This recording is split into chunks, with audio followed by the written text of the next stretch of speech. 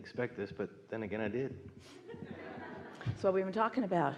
You have things that you desire that sometimes you can't even identify in that way. It's just a second ago I said I'm gonna be the first person up there. Really? So that means you were in the receiving mode, and that's why you light it up. Yeah, that really matters. You know, when that thought occurs to you, that thought that he just said that he just thought, you know, that happens to you all the time, doesn't it? When that thought occurs, that means that vibration is beginning to turn to the thing that you want. And when it comes into your conscious realization, that matters a lot. That means so much. You just witnessed that. You just witnessed something that occurred to him that manifested in the moment that it occurred to him. That's big. I knew without a doubt. It just was like, oh, I'm just without a doubt. Those are really good words. I knew without a doubt. Doubt is resistance, isn't it? I knew because there was no doubt. So I got a big curiosity about space and how big it is.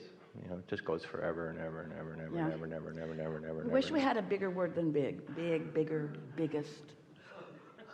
So I'm fascinated when I think about it and start visioning how far out in space you can go and go and go and go and go and go. So I'm curious, what's all that there for? If Source is so focused on the earth life, do we also entertain physical experiences and all that other space? Yes, there's a lot of that going on. Is it human form? What we consider the human body form? Well, there is nothing that you consider going on out there the way you consider it, because you're not out there considering it. All right. But those who are out there considering it are considering it, and they have the same questions about you. But there's a big thing that we like to say to all of you, no matter which galaxy we are flowing into. We like to say to all of you, mind your own business. So are we experiencing physical in that vastness of space? Yes. Be more specific in your question. We meaning who? Do I go hang out somewhere else sometimes?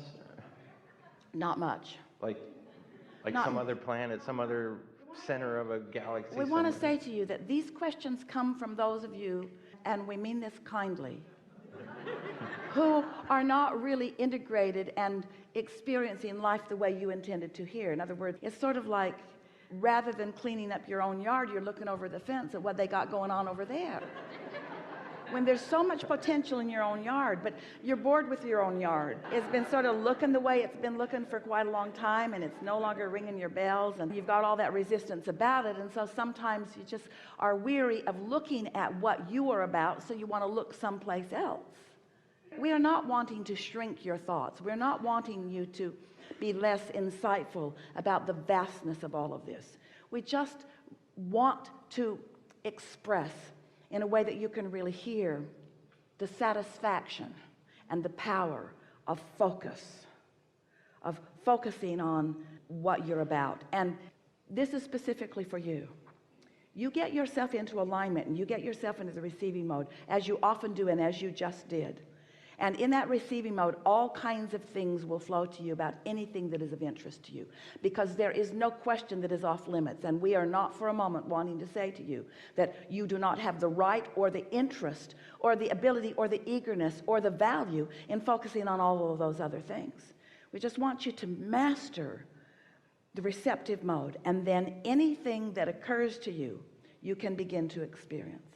In other words, we are focused through Esther from another dimension altogether, and you all have the ability to have this experience. And the way that Esther accomplished that was by focusing herself into a vibration that allowed that. And so we're not trying to talk you out of intertwining with what you can't see. In fact, that's our whole message here today. We're wanting to talk you into intertwining with what you can't see. If you will begin to accept these other galaxies, this vastness of space, as a vibrational reality that yes, you do have access to, but don't try to turn it into the physical before you have tuned yourself to the frequency of its non-physical.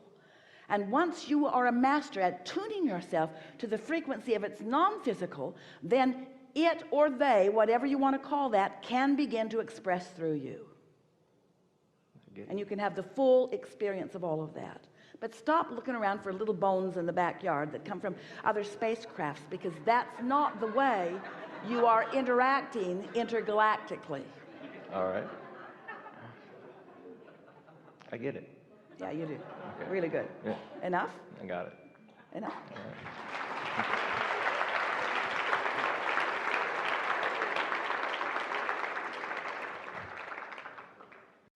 Yeah.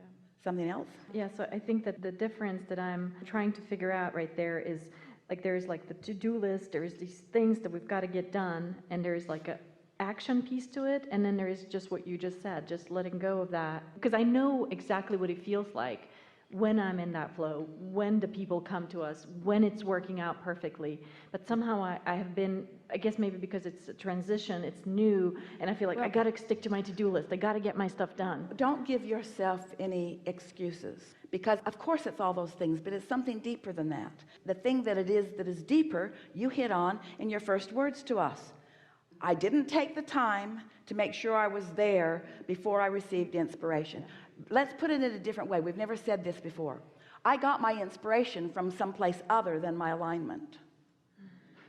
I was inspired, motivated is a better word for it, but I got my inspiration from need, or I got my inspiration from the people who we merged with, or I got my inspiration from, I'm looking for love in all the wrong places. I'm looking for inspiration in all the wrong places. I'm letting the wrong things, when it's off from that core beginning, it's going to stay off for a while until you feel like this, and then you're asking a bigger question. That resonates completely with you, doesn't it? It's sort of like, this is going to sound like a scanty analogy, but it really says it like it is. It's like buying a wonderful contraption that has the ability to do a lot of things for you, and it's got a battery in it, but you're too busy to put the battery in it. So you didn't put the battery in it, but you've got the instruction book out and you're doing everything else. You're pushing all the right buttons, you're doing every single thing that the manual says, and the damn thing is not giving you the results that you want because you didn't put the battery in it. You didn't hook up to the power. You didn't hook up to the energy. And so do that. First thing, put the battery in. When you wake up in the morning, get the power turned on.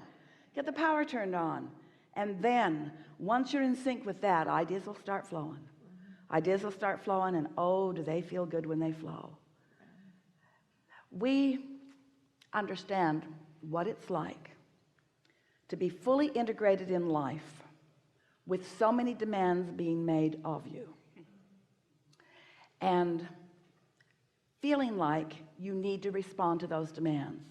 Jerry would say to Esther, let's meditate and then take a walk. And Esther would say, I don't have time to do that. See my list? This is the list that I'm using to justify my existence today. And nowhere on it does it have time for that. And we say you don't have time not to do that, because when you turn the power on, then you've got this leverage. Then you're tapped in to the universal Google. You're tapped into the universal navigational system. You're tapped into the universal concierge in the sky. You're tapped in to all of the right impulses and all the right timing and all of the right things that come out of your mouth. You're tapped into all of that. But until you do that, you're just sort of bumbling around on an equal par with the other crazy people that you share your world with. Yeah. You see, 100%. your contraptions are feeding you constant information from others. Turn them off for a little while. Turn them off for a little while and get in alignment. You don't allow yourself what feels to you like the luxury of tuning in to your receptive mode. And yet everything that you want will come from that. And nothing that you want will come without it. It's just puny, paltry bits and pieces and snatches of the good stuff that you want. While the flow, the true flow, you are depriving yourself of. Don't you think it is interesting that as you compiled your things that you wanted to talk about, that the very first thing that you were inspired to say is the only thing that we're saying back to you. In other words, you've got it, you know it. We have just spent this time wanting to put it into perspective for you so that you will benefit from this easy decision of alignment first and whatever you are inspired to later.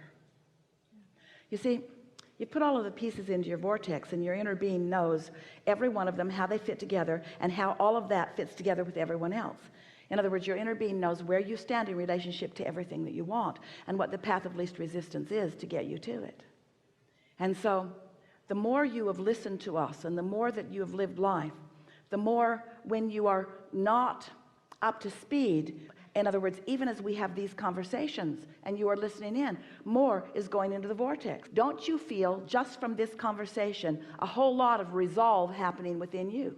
Didn't you feel yourself putting more into the vortex? Aren't you more clear about who you are and what you want? And don't you feel more of a determination to hook up with this energy that creates worlds and experience the leverage of that power? And don't you remember those times when you've been in that flow and how things felt to you? And what we want to emphasize is that's the way life is supposed to feel for you. And because it has felt that way for you from time to time, frequently in many cases, it's felt that way to you, and now you have that conscious realization of it. In other words, this is your knowledge.